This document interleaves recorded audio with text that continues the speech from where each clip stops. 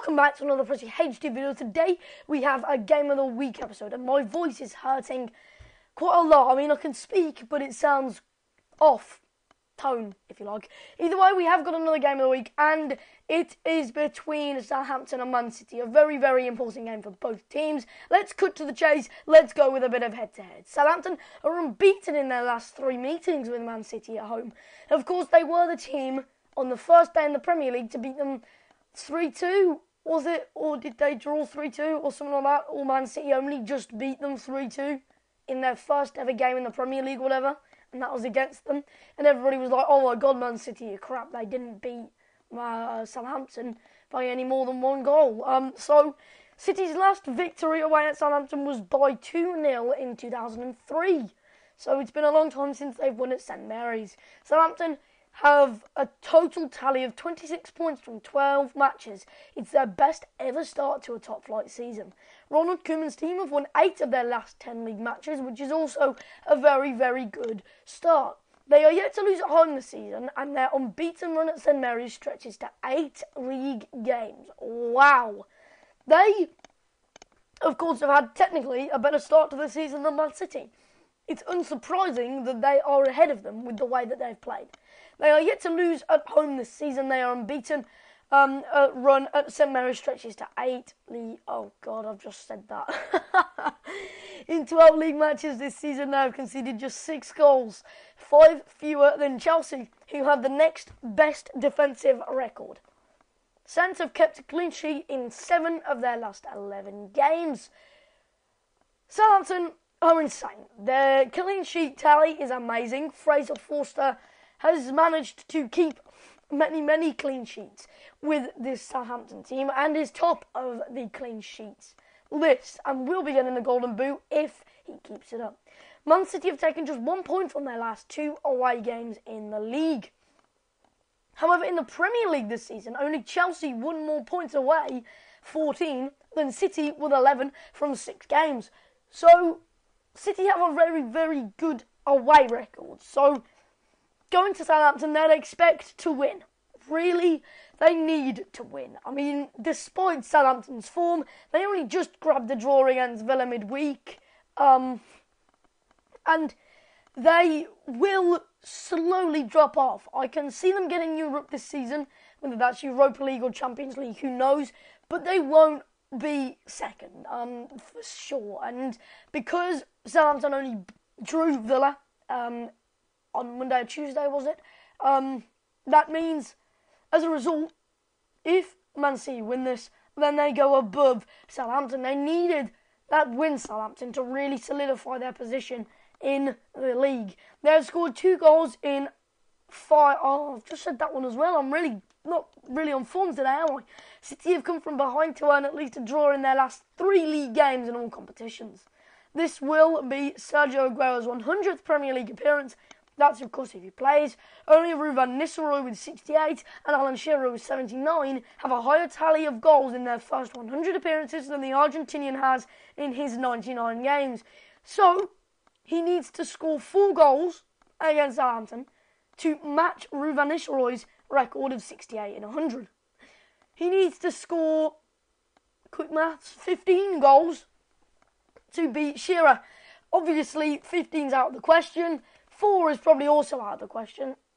But he is the 3rd best goal scorer in the Premier League according to the first 100 games. That is insane. I really do rate the guy. Sergio Aguero is certainly a very good player. And I think he is one of the best in the world. He is up there with the best in the world. How it was only rated 86 on FIFA, I don't have a clue. Either way, that is all the stats. The team news includes that Stephen Davis is hopeful to be back after he missed the game against Aston Villa, which ended in a draw, with a hamstring injury. Man City will be once again without Edin Dzeko and Alexander Kolarov. Both are still sidelined with calf problems, and David Silva with his knee.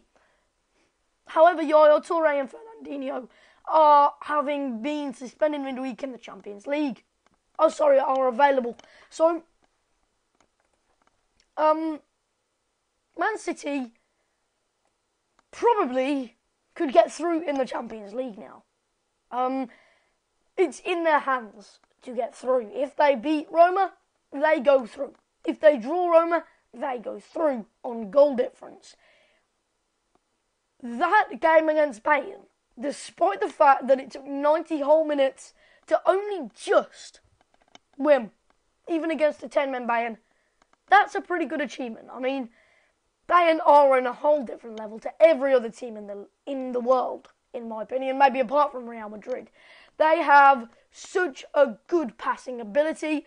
They have a lot of flair about them. And even with 10 men, they will get men behind the ball. They will get men forward. And they are excellent. Man City don't have that clinical threat, which Bayern have in Europe. And the fact that Man City beat Bayern by a whisker is a very, very good result. Of course, if they'd have beat Moscow twice, which should have been 2 wins, they only got 1 point from them 6. They'd be through right now. They'd be easy. And that's what Man City should be doing. Let's be honest, Roma and Man City have underperformed. Moscow are where you expect them to be, or maybe you expect them to be slightly worse off than that. You would expect them to be on 2, maybe 3 points. But the 4 points which they've earned from Man City was certainly an excellent amount of points there. So I think Man City have a good chance of getting through. How does this affect their league performance? I think they will get Champions League no doubt this year. Will they beat Southampton today? Well, tomorrow technically, whenever you're watching this. I don't know. I think they will. I think they'll get like a 3-2 win or something like that. But it's a debatable one. It's a bit of a weird one, to be honest. Southampton, well, you saw that they didn't play well against Villa. And I hope that they don't suddenly do that, like the same way that you would think they would. Like, you'd expect them to slowly degrade over the whole season and eventually drop off from second, which is expected. If Man City win today, they'll already go down to third. They can't go any further than that. But still, nonetheless, it's a weird situation. But then look at Newcastle.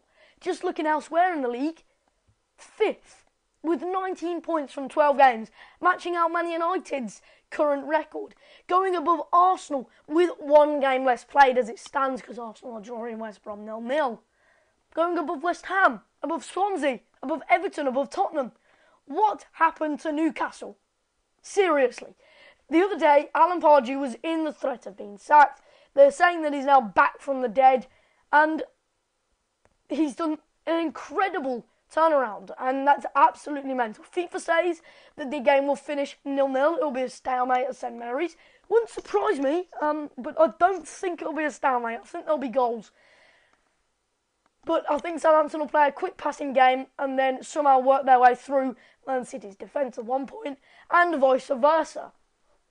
But imagine if Newcastle did sack Pardew. Could you imagine where they are now?